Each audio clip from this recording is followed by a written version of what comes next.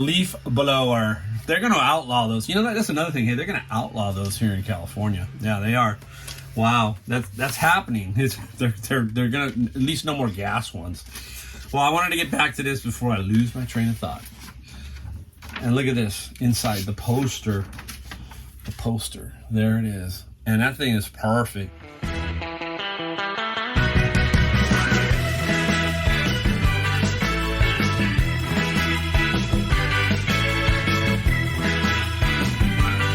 Hey everybody, Mike, Golden State Picker inside my garage today. Another video. We are going to show you some stuff we found, some stuff we sold. We have a really cool song of the day. Goes back to my era, the 60s, 70s, and 80s. This guy was pretty prevalent, and we'll talk about that. We're going to just talk about the stuff we found, how I find it basically, and sometimes things about the item. Gives you some more insight. It's a little bit different here. We aren't just video of out in the field in the flea markets, the garage sales, the thrift stores. I like to bring it in here where I have a little bit more control. At least I hope so. And I can explain things a little bit better. That's just me. Someday you may change it up a little bit. You never know. Okay? It is becoming spring and summer. Right now we got rained out. Today was Saturday. So we got rained out on everything. So no flea market, no garage sales today. Big fat zero. But that's okay. You know, I actually needed it this week. And that gets back to what we always talk about. We always try to talk about a little bit of stuff that involves maybe how you resell and how you just can't keep burning the candle, so to speak. Sometimes you got to pull it back and say, okay, I got to reassess a little bit or straighten things up, basically. That's what I did this week. I took Wednesday, Thursday, and Friday off and told myself, hey, self, it's time. We need to get some things done. I'm not OCD by any stretch of the imagination. I think you can tell, okay? There's no OCD in this garage. No, none of that. I just put it wherever it goes. But there is a point where I don't like it to be just in my way so much that it affects me. And I've got to get things kind of organized somewhat.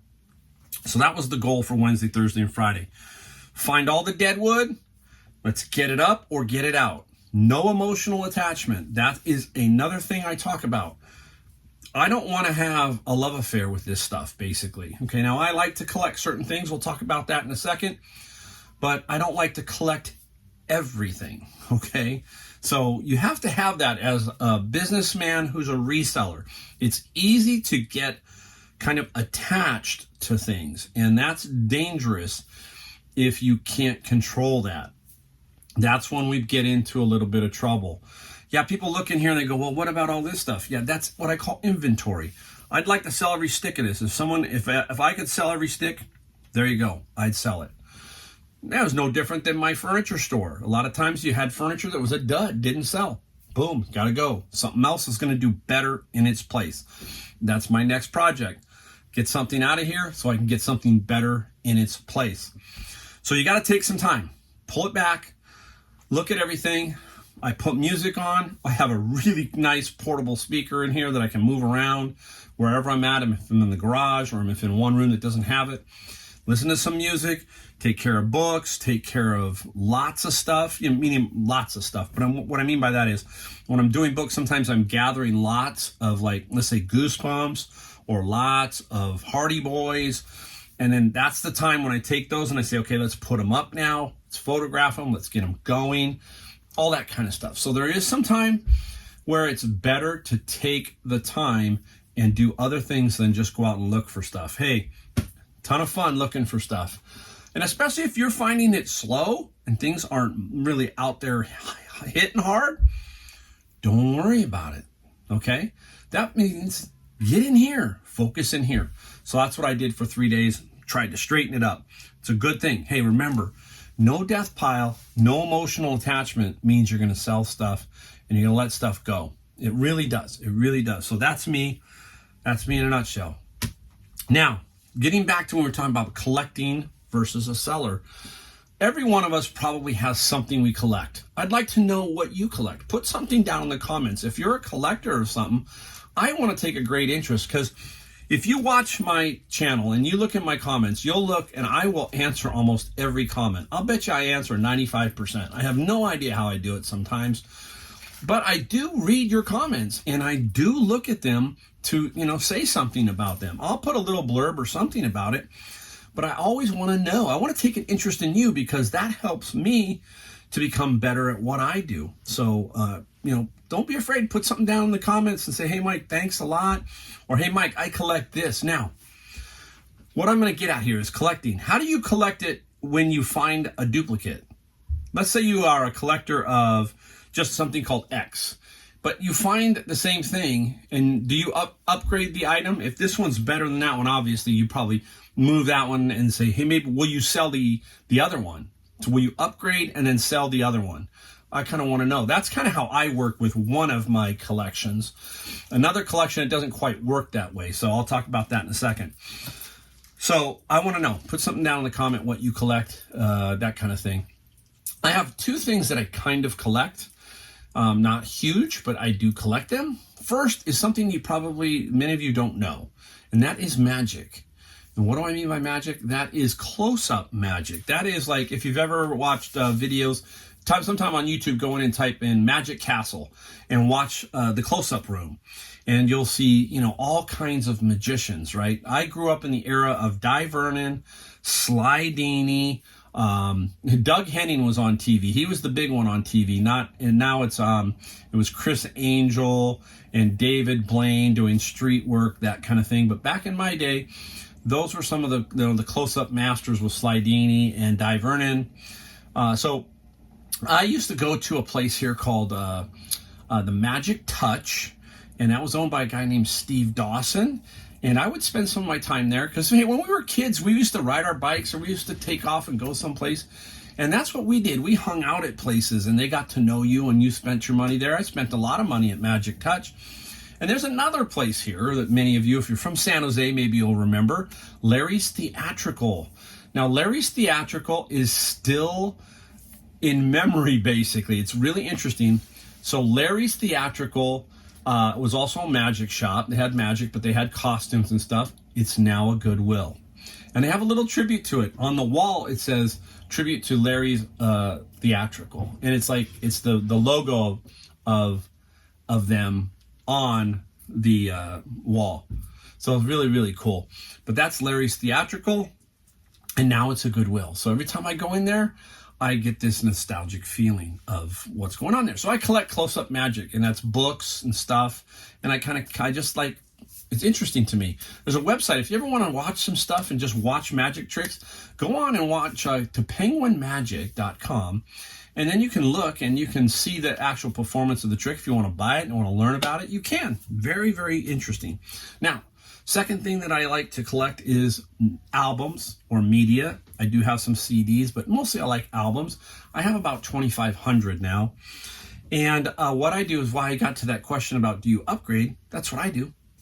Basically, I get an album, and if the album is better than the one that I have, it changes places. Now, the album can be better, and I could swap just the album or the cover or both. So I might switch the cover, so forth. If I'm missing the insert, I might put the insert. So there's a lot of ways that I do that kind of thing. So albums and magic, those are the two things that I generally like to collect. So let me know what you like to collect. All right, and here's something about stuff like this. I was talking to my good friend Brian, and Brian likes to collect sports memorabilia, baseball cards mostly, that kind of stuff. And he does other things. He's a toy guy. He likes toys. He's very, very good. He's helped me immensely, especially in the toy area. And we have this thing that these are like inflation fighters, okay? They're never going to go down. They're not going to reproduce 1960s, 70s, and 80s albums. That's not going to happen. So that's why I buy them. And then I'll put them all up. Hey, 5-10 years from now, maybe I'm slowing down, sit around, maybe give some albums up, put them up, right? And keep some, but put a lot of them up. So they're kind of like an inflation buster. I like to think of it like that. Just like Brian, he thinks about baseball cards and old vintage toys. They don't make them anymore. They're not going to go anywhere, right? So that's another theory is, so that's why I buy almost all the albums. They got to be in pretty good shape, not horrible shape. Some are easy to flip and sell. So that's kind of how I think about this. So anyhow, let's get right to it. Let's take a look at some albums that I found, and we'll talk about just what you might want to look for too, right? Here's an interesting one we found. We got these from the Goodwill. This is Elton John. And this is the Friends album, but you'll notice it still has the paper, the cellophane on it, and the original price of $1.99. So that helps. It helps protect it, and that also, we've talked about, gives a little bit extra value to this album versus one that doesn't have that on it. Okay, same thing here. Here is a good one. I collect all the genres. Basically, here's Rufus featuring Chaka Khan. I love the album cover. Now, people will collect it for the art. These can be hanging on a wall. That's another thing. Some people just don't want the albums. They want the covers because they hang them in restaurants. They hang them everywhere in their house. You can do some really cool things with album art, you know, the covers. Now, here's another one. It's not the super expensive album, but it's Simon & Garfunkel's Bridge Over Troubled Water. Again, you have Grand Central special price, so that's kind of an extra. And then in manufacturer suggested list, $5.98. So all of this hype, sometimes they call them hype stickers, that kind of thing, that will play into the value of some of these. Now, these albums are $2.49 at Goodwill. And they basically, you know, these will sell anywhere from, let's say, about an average of $20, these particular albums. Bread and butter. These are like mostly bread and butter albums. Now, some people getting back to it is like, here's one by Ramsey Lewis. And what I love about the older albums is look how cool. You know, that's interesting to me. The way the album opens up. Yeah, it's very, you know, the album's valuable, but it's like, it's just the way it opens. So cool. Now, you might find some new ones too, sealed, and you just kind of hold on to these. Now, this is not a great Miles Davis album, meaning valuable-wise, but Miles Davis, the man with the horn, there's the hype sticker. You can kind of see it right there. This one's sealed for $2.50. You hold on to this guy. You know, you never know. I mean, this is what I'm talking about. You just collect this kind of stuff, or this type of item. It holds some of its value and could potentially increase in value. Now, I'm using this album here because I love this album and I love the artwork on this album. It's Captain Fantastic and the Brown Dirt Cowboy. How cool is this album, right? I mean, just take a look at this thing. How awesome. I'm going to put this down for a second, but how awesome. Look at that. How many of you remember this album? Let me know if you remember buying this album. I do, and it was like, wow, when you saw that art, you go, that's super cool. Now, why am I showing you this one kind of last? Number one is the album's in good shape, but sometimes they come with extras, and that's the key to the value of this particular one. Now, it came with comics and lyrics. It came with the scraps. I think this was some kind of like little notebook it came with. And then the lyric sheet. Now look at the cover art on this thing here. Wild, and it's really in perfect condition. And over here is the lyrics and some photos and that kind of stuff. Might be hearing something buzz in the background. Don't panic. It's just my neighbor with her her leaf blower. They're going to outlaw those. You know, that's another thing. Hey, they're going to outlaw those here in California. Yeah, they are. Wow, that's happening. They're going to, at least no more gas ones. Well, I wanted to get back to this before I lose my train of thought. And look at this inside the poster. The poster. There it is. And that thing is perfect. So that is a keeper. That's a keeper for a little bit. That's a keeper. And what you do there is you keep this and you find the really good cover. Find the really good cover and you're off and running. You're off and running. So that's kind of my thinking. I'm going to put this down so I don't lose it or damage it. It's my thinking on a few albums. There's a stack. I don't think if you can see it. It's down here. There's Carole King's Tapestry with I Feel the Earth Move. That's a cool album. So that one's over there. I'm going to put these over here for right now. All right, now let's move on to something else.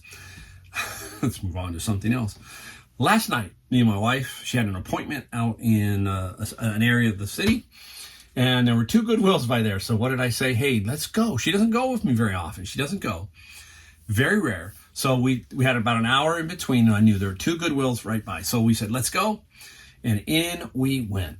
And it was about 5 o'clock, 4:30, 5 o'clock. So most of the stuff is usually gone. Okay, so I said, hey, don't expect much. You know, she never sees me work my magic, as they say. So we walked into the first one. We looked around. We talked to a couple people I knew. And we looked up and down the aisles. Really didn't find anything. I said, I'm going to go down 2 more aisles and we're going to go. And what did I find? Let me show you. What is it? Everybody's going, oh, I know what that is. Yeah, it's wallpaper. Wallpaper. This is Village Paper Illusion. This is Fresco Green. There's a lot number on it. There are 3 of these. I got another 3 called Multi, and I got 5 called Champagne. 11 total rolls. And my wife looked at it and she said, well, really? And I said, yeah, really. So I popped up the comps on these. They sell for $50 a roll. All right? $50. So $550 worth of wallpaper. We paid $5.49 a roll. So it came out to like $63, I think is what it came out to. 63, something like that. Not bad. So vintage wallpaper, people, if it's sealed up, you can sell it and it can go for some serious good money. I've already had one lady ask if I would split one out. At this point, I can't. I want to try and sell them in lots of 3, 3, and 5. We'll see what happens. May take me a little bit of time, but for sure, going to make some money on this. All right. Let me put them down on the ground real quick. All right. Now, we moved on to the second Goodwill, the second one. Now, and this one's a smaller one. I said, this one's probably not that good either in my head.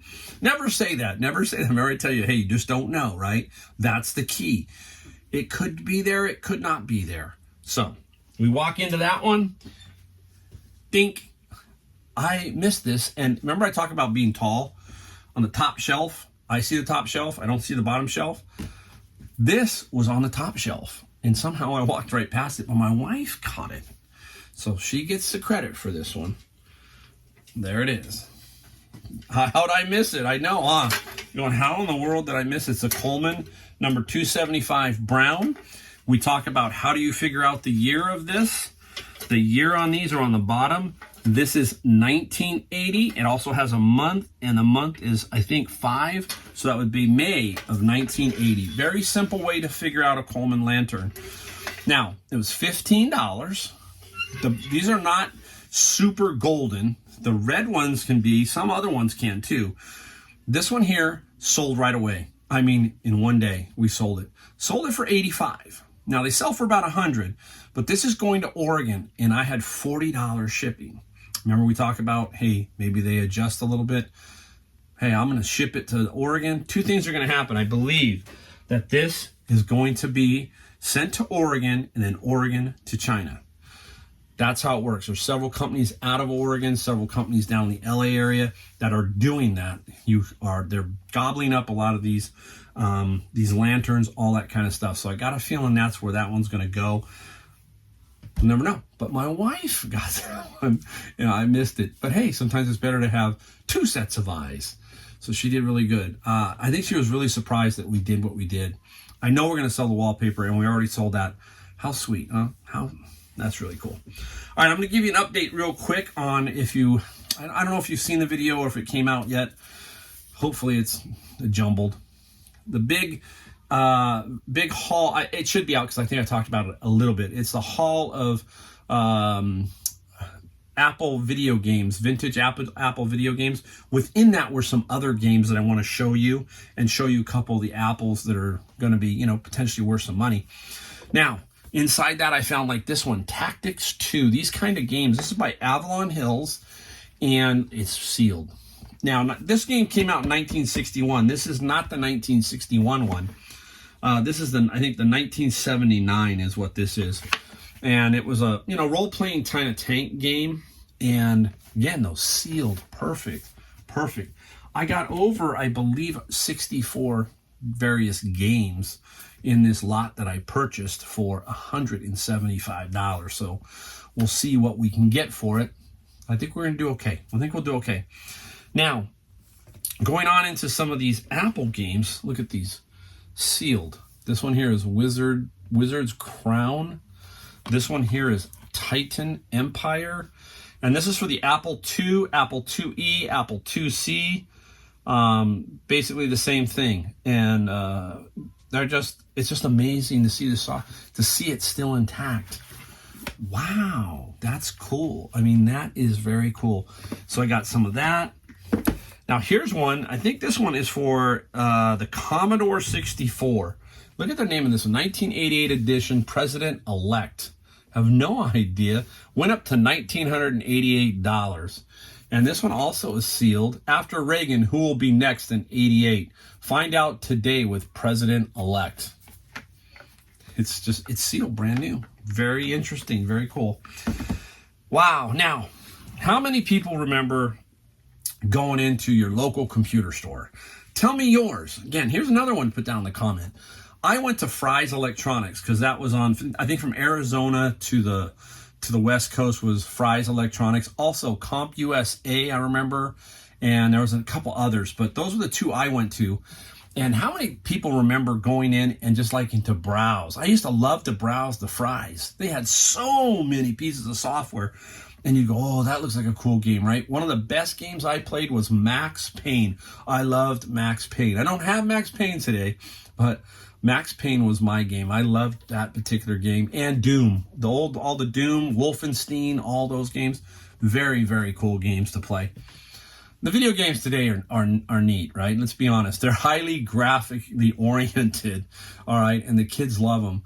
But there was nothing better than playing Doom. I mean, I loved that game. And then when my Max Payne came out, I spent hours. I don't do that anymore, but that was super cool. This one here, look at this. Bloodnet by the company Microprose. Sealed. Look at that. Nice, huh? This one, Bloodnet, Cyberpunk Gothic. Sweet. Another nice piece of software. Now, another one is this one. Now, why I show you this is because this is the details, just like in the albums, the details are where the money's at. This is EverQuest Trilogy. And it's opened, okay, but I'm going to open it for you because I should have pre-opened it, huh? I think I can get out pretty quick. Why, Mike, is this one a little bit more valuable? Okay, inside here is a little figurine. There it is. That makes all the difference for this game, is the figurine right there. So you got to open it and look at it and see if it's in there, right? And that will push this over the top. So turning 35 into 100, who knows? I don't know. Just giving you the idea that that's the key. So older software like this, there's some good money in it. There's some good money. You do have to sell it, but there's some good money. How about a few games? Here's one. This one's called Acquire. This game, I think, goes way back. There's many versions, but this is like a newer version of it. Brand new and sealed. We think this one might get us about 140. We think about 140. Next up is another sealed one called Guadalcanal. Nice, huh? Look at that. Beautiful World War II battle game. Anytime you get sealed, anytime you get sealed games, they're worth something. They're worth something. How sweet. That's super, super cool. So there's a little brief thing. I've got more of that. So you can see it was well worth taking a day off, because taking 3 days off, because what I did was I photographed all of those. So they're all in my phone, and I use my phone to shoot my items. Tell me, hey, do you use your phone or do you use a camera? I'm just curious. What do you use? I use my iPhone, and I think they work out just fine. I don't fret over my photos too much. I take the best I can, and then I go from there. But yeah, these here are cool. So I got them all in there, and I'm listing them as I go along. Already getting offers on some of these, so it's gonna be interesting what we sell some of this stuff for. All right, let's just reorganize a little bit, and I'm gonna show you the things we sold real quick. All right, be right back. All right, guys, back, and hey, we got it a little organized, got some stuff out of the way, let's talk about the song of the day. Song of the day. If you're new, sometimes I put a song that's on my playlist, okay? And I have a pretty eclectic playlist from jazz to rock to classic rock to metal, disco, Bee Gees. I mean, I got it all, and I like to share. That's what's so different about being this channel. I want this channel to be just a little bit different. You gotta be. You can't all be just cookie cutter, so this is what you get when you come to the Golden State Pickers channel. Who is this gentleman? Let me tell you. He drives me nuts. Why does he drive me nuts? Him and another guy. I'll tell you the other guy too. Why? Every time I go to look for albums, 99% of the albums we find are generally not that great. Okay? Unless you really want it to play. Okay? Then you can find something all the time. This guy is Herb Alpert and the Tijuana Brass. So Herb Alpert and his Tijuana Brass. Amazing, amazing guy. Now, everywhere I go, I seem to see his albums. I thought, man, Herb, I remember as a kid, I knew who he was. Because you'd see him on Johnny Carson, or you'd see him on one of those shows, something, you'd see him. And he had a couple hits, and this is the song we're going to talk about. I think his number one hit was Rise, which was later, I think, in his career. And so that was his most popular, I believe. But this one is my favorite of his. And it is The Lonely Bull. You'll have to do an Apple or Spotify to listen to it. You'll know it if you're from my generation. If not, that's cool too, because hey, here's a quick story. I'm in a Goodwill and I'm picking through and I'm finding some rock albums in this one particular Goodwill. And there's these two young kids. I thought they were looking at the rock albums. I'm going, man, I'm going to miss these. No, this young kid was pulling some Tijuana Brass. I was like stunned. I started talking to him and said, hey, I gave him a thumbs up. And he goes, yeah, I like all this older stuff. That was like the best day, the best moment was watching this young kid pull some Tijuana Brass. And I can't remember the other albums because that one just struck me. He was taking some Herb Alpert and it was really, really cool. And then I was taking some Metallica. Quite an opposite, right? Metallica to Herb Alpert. Anyhow, the song is The Lonely Bull. Now, a little fact about Herb Alpert. Most people don't know. Herb Alpert was the co-founder of A&M Records. Interesting, right? So if you've seen the label A&M, he had a part in that. He also had 40 plus albums, I believe, over his lifetime. 72 million sold. That's why you see him at garage sales. Who's the other guy I'm talking about? You're going to know his name, but I didn't know he had a lot of albums out.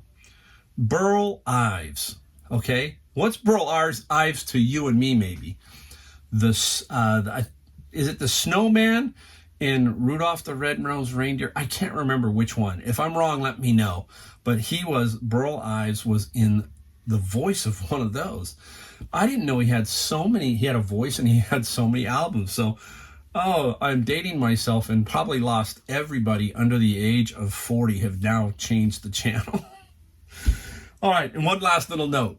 Take a look at this album cover. I'll try and put it up here. Hopefully I'm gonna remember. It's one of his albums. It's called Whipped Cream and Other Delights. And back then, this was considered probably a pretty racist album. Racy, not racist, racy. Oh my goodness. Now I'm really in trouble. Racy. All right, I won't cut it out. I'll let it run. But look at the album cover. It's pretty cool. It's pretty cool. Wow. All right, let's get on to the other stuff that we sold. Right off the bat, let's take a look. Take a look at this big find. I thought I'd sell this faster. No go. So it had to go. And it did. These sold for $22 plus $6 shipping. And this is Stanford University. I thought, hey, there's a lot of Stanford grads out there. The head covers, they just didn't sell. 22 plus 6, and it's gone. That's basically my theory on that one. Let's pick this big boy up. We'll start with the big one. I got this one at the estate sale. If you watched the video a while back, took a little bit to sell, a little while. This is the Jetstream oven. It's brand spanking new. It was on the 75% off day at the estate sale. It was like $25 originally, I think, and I got it for about $6 or $7. And this guy sold for $80 plus $38 shipping. It is going to Colorado, so I'm really either perfect or a few bucks ahead on the shipping, as you hear me talk about all the time.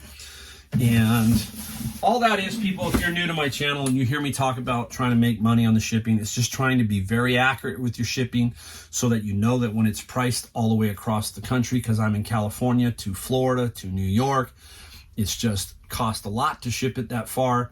That's what I'm pricing for. And if it goes somewhere like Colorado and I make $10 or $12, I make it, okay? It costs for bubble wrap. It costs for boxes. It costs for your time. So when I say I make a little bit, I really don't. It just helps pay for my time shipping, okay? That's how I work. That's how I roll, basically. Woo! All right, interesting here. I found these. Someone was just giving them away. Some Yonex badminton rackets. Sweet. And this went to one buyer. He gave me an offer for both. And I said, hey, I got them for nothing. So what's your offer, basically? And these sold for, I got to find them here, $73 plus $27 shipping. Now, that person I'm sure knew that the shipping was going to be combined, because I get a lot of heat on that.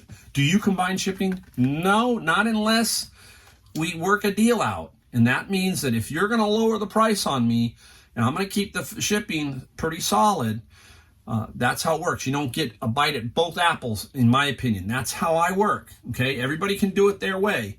My way is if I've got something for $100 and I give you it for $75 and the shipping is, let's say, $8 on both, that shipping's going to stay on both. It's going to stay because I gave you a discount. So unless they ask, that's how it works. And then I explain to them and say, look, no, this is the way it goes. It's something you got to make a decision yourself, but that's just me. That's how I work it. That's how I work it. All right, let's hopefully don't screw this whole thing up. The Valley of Vision. This is a book I found in one of my bin of books. And very interesting, very cool. And it's a book of prayers. That's, I think, this is what it is. They sell really well. I got $40, okay, plus $5 shipping. Sold very quickly, very quickly. So, as you said, this is almost half a bin, $40, almost half a bin. Really, really nice. All right, we're going to go one more, and then I'm going to talk about something. Here it is. Very interesting set of, what are they? When you look, I knew this right off the bat what they were. I bought these off of a guy on the dock where I go get my books. And I said, how much you want? And he said, 20. I said, I'll take them, 20 bucks. Even missing the earmuffs, okay? But they're in good shape. They can still get these earmuffs. That's not a problem. Now, I took an offer. I had it up for like about 110. I took a best offer of 95, plus I think it's $16 shipping, all right? These are aviation headphones. It's got the microphone here and everything. These are for airplane, you know, if you're, let's say you're not working for Southwest or somebody, but you're working your own airplane, your own private airplane. This is David Clark. David Clark, very good condition. You see this? Doesn't mean stereo old, it means airplane. And there's some good money in that. Well, I'll talk about the one item at the end last, just kind of as a double. This one here. Now, I don't know if I put a video up on this or not. I don't think I did. I've been just so busy sometimes. I went to a garage sale last weekend. Let me pull it out. I went to a garage sale last weekend, and I rolled up, and I found a gentleman who was another picker, a little older than me even, and he was picking, but he was putting this item, which were used, in his pile. I went for the new boxes. All right, they were all the same price. What are they? Beer taps. There you go. This one is called Kilt Lifter 4 Peaks. I got some Guinness. I got some Jimmy Buffett. I got all kinds. I got about 60, roughly about 60, I think. And I've already sold 6 or 7. Got my money way back. This one here, the Kilt Lifter one, sold for $35 plus $11 shipping. So $2 into that. Perfect. I grabbed all the new ones. He's putting the old ones. And the old ones were no different. They were, the new ones really sell solidly. People collect these. This isn't just for a bar. People will put these on their shelf, or they'll buy it. They'll have a little stand and they'll make a nice little collection. Again, getting back to collections, right? Does somebody collect these and get a better one? Then, same way, same thing, right? All right, let's put that one there. Now we're going to talk about one other thing here, because there's a dual purpose here, and I wanted to talk about it. And here it is, this little guy right here. What is that? What is it? Education time. Bought a set of golf clubs a long time ago. I say a long time ago, Mike. Come on, probably 2-3 months ago, somewhere around there, maybe 4. And this is why you got to know what you're doing in your space, which I love golf clubs. So I happen to use these, okay? And where do they go, Mike? This is a golf club, okay? I just picked this one to show you. This is just a golf club. And these normally sit down at the bottom they sit down like this, so the grip is down inside the bag. So you might not see this, because this goes in the end of the grip like this, okay? This is Acros, called Acros. They are a little thing that when they're inside this grip and you are swinging your golf club, it knows what club you'll have in your hand, because you've preset it. So this might be a 9-iron, and you have your phone in your pocket and you swing and it says, okay, you got a 9-iron. When you get to your next shot, it's measuring the distance. It says, okay, that one went about X yards, and it's building data inside your phone so that you can then know exactly how far an iron is hit over time. Play 5 or 6 rounds. It's going to start to give you recommendations saying you're 138 out. That's a 9-iron. Hit the 9-iron. It also knows the wind condition. I'm telling you, it's golf is not, it's down to the science.